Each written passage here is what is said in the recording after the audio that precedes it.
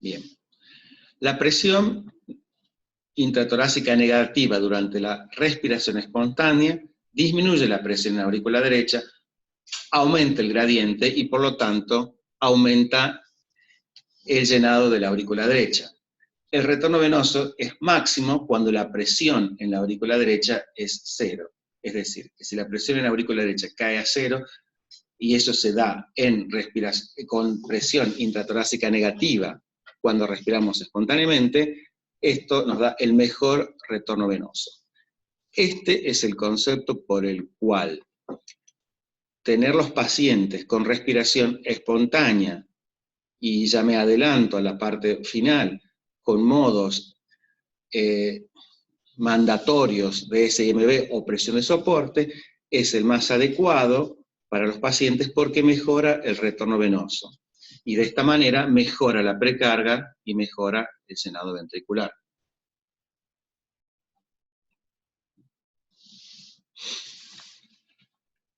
La ventilación mecánica con presión positiva disminuye la precarga ventricular.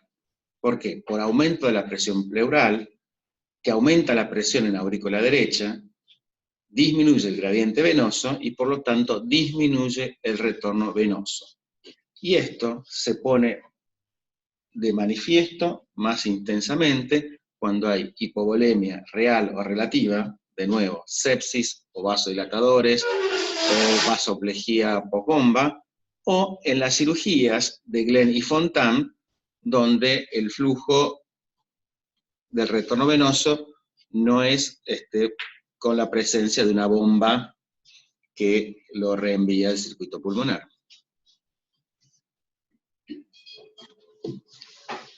Bueno, en estos gráficos simplemente muestran lo que estuvimos diciendo: ventilación espontánea a la izquierda, ventilación mecánica a la derecha, y vamos a ver en el tiempo la variación de la presión alveolar y de la presión intraalveolar.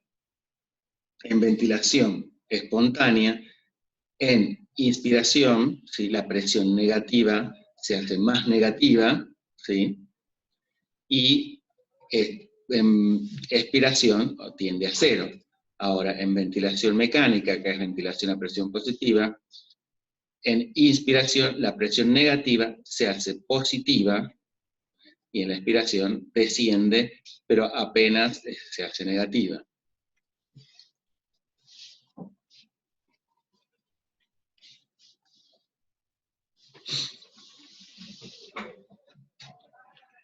La medida en la cual la presión intratorácica afecta la presión en la aurícula derecha y el retorno venoso depende obviamente de la función cardíaca subyacente, ya sea disfunción diastólica o sistólica, y el estado del volumen intravascular. Esto es más manifiesto en situaciones de hipovolemia. En la presencia de reflejos circulatorios compensatorios y en el grado en que la presión de la vía aérea es transmitido a la fosa cardíaca. Y esto es una función de la mecánica respiratoria.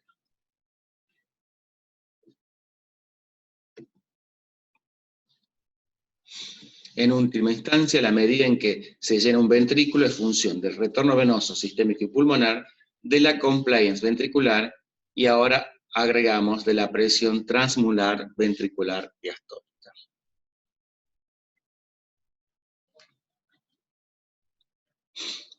Si aumenta la presión intratorácica, entonces disminuye la presión transmural diastólica ventricular con disminución del tamaño, compliance y llenado ventricular. No es la presión de llenado ventricular en sí la que determina el reflejo ventricular, el volumen intraventricular, sino la presión transmural diastólica. Lo vamos a volver a ver después cuando hablemos un poquito de postcarga.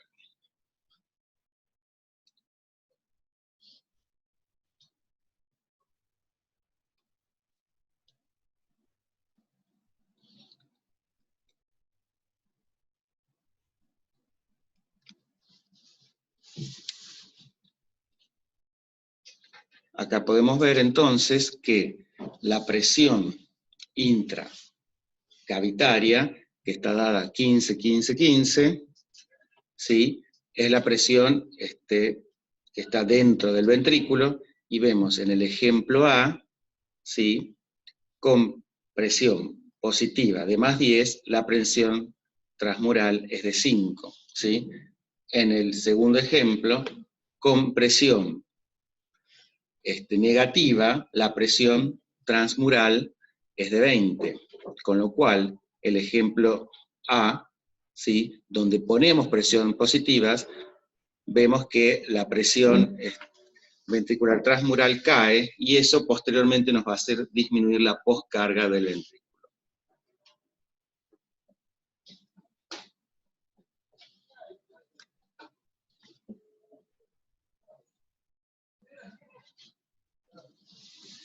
La poscarga del BD, entonces, depende fundamentalmente de las resistencias vasculares pulmonares y de la vasculatura pulmonar, que hay dos grandes grupos, que son los vasos extraalveolares, que son los que están expuestos a la presión pulmonar, y los vasos intraalveolares, que son los que están expuestos a la presión del alveolo.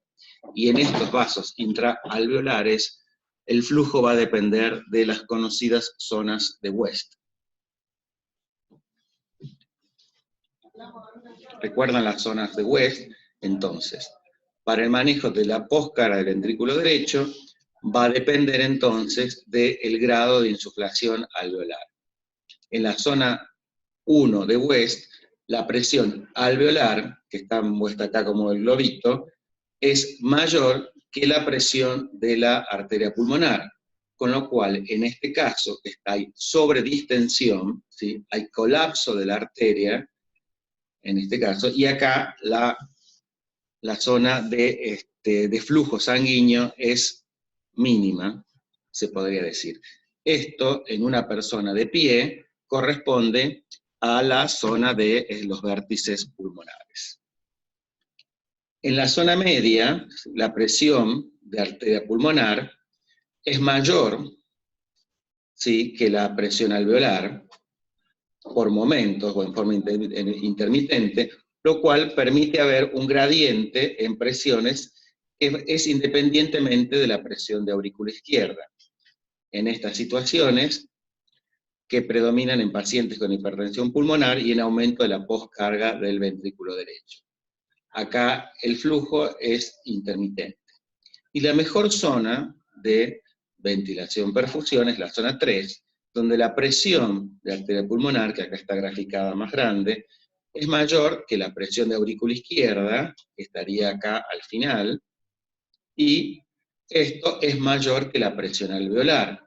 En este punto, lo que determina el flujo depende de la presión de arteria pulmonar y de la presión de aurícula izquierda, y esta es la zona ideal de ventilación-perfusión. Entonces, el mejor lugar, o donde la poscarga es más baja, está dada en la zona 3. Con respecto a los vasos extraalveolares, lo que vemos es que la zona ideal donde la presión pulmonar de la poscarga más baja es cuando estamos en la capacidad funcional residual, ¿sí? Entonces, si vemos que si estamos abajo de la capacidad funcional residual, esto correspondería a atelectasia, o si estamos muy por arriba, a pulmones hiperinsuflados, vamos a tener acá que el flujo la presión pulmonar es mucho más alta, con menor flujo. En este esquema, entonces, vemos el balance de la relación de las resistencias vasculares pulmonares de acuerdo al volumen pulmonar, y es un poco el resumen de lo que veníamos diciendo, ¿sí? Entonces, vemos que acá en la parte media, donde la ventilación está realizada en la capacidad funcional residual, que visto clínicamente es una radiografía de tórax en 8 o 9 espacios intercostales, las resistencias vasculares pulmonares están en la zona más baja, ¿sí? Acá estarían resistencias y acá está volumen, ¿sí? En esta zona, ¿sí?, en un pulmón con atelectasia, ¿sí? Acá, en volumen residual, ¿sí? En esta zona, esto está en inglés, en volumen residual, que vemos que sería una zona de atelectasia. Con respecto a los vasos extraalveolares, estamos en resistencias bajas, ¿sí? Pero con respecto a los vasos parenquimatosos, estamos en resistencias muy altas. El promedio de estas dos es que si ventilamos con bajos volúmenes pulmonares en zonas con atelectasias, las atelectasias nos elevan las resistencias vasculares pulmonares. Y en este punto, que TLC, esto es porque está tomado del original del artículo de la doctora Secker-Dermian, en este punto, con la capacidad pulmonar total lung capacity, este es el TLC, vemos que en los vasos alveolares las resistencias son muy altas, es decir, con un pulmón sobredistendido, con más de 10, 11, 12 espacios intercostales, que a veces suele pasar, ¿sí? Y los vasos alveolares o parenquimatosos, en este punto las resistencias son bajas, ¿sí? Pero el promedio de estas dos situaciones nos llevan a que un pulmón sobredistendido, acá vemos en total, también las resistencias pulmonares sean elevadas. En resumen, acá a la izquierda, en atelectasia, o acá en pulmón sobredistendido, con más de 8 o 9 espacios intercostales, las resistencias pulmonares son elevadas y por lo tanto esto afecta la poscarga del ventrículo derecho.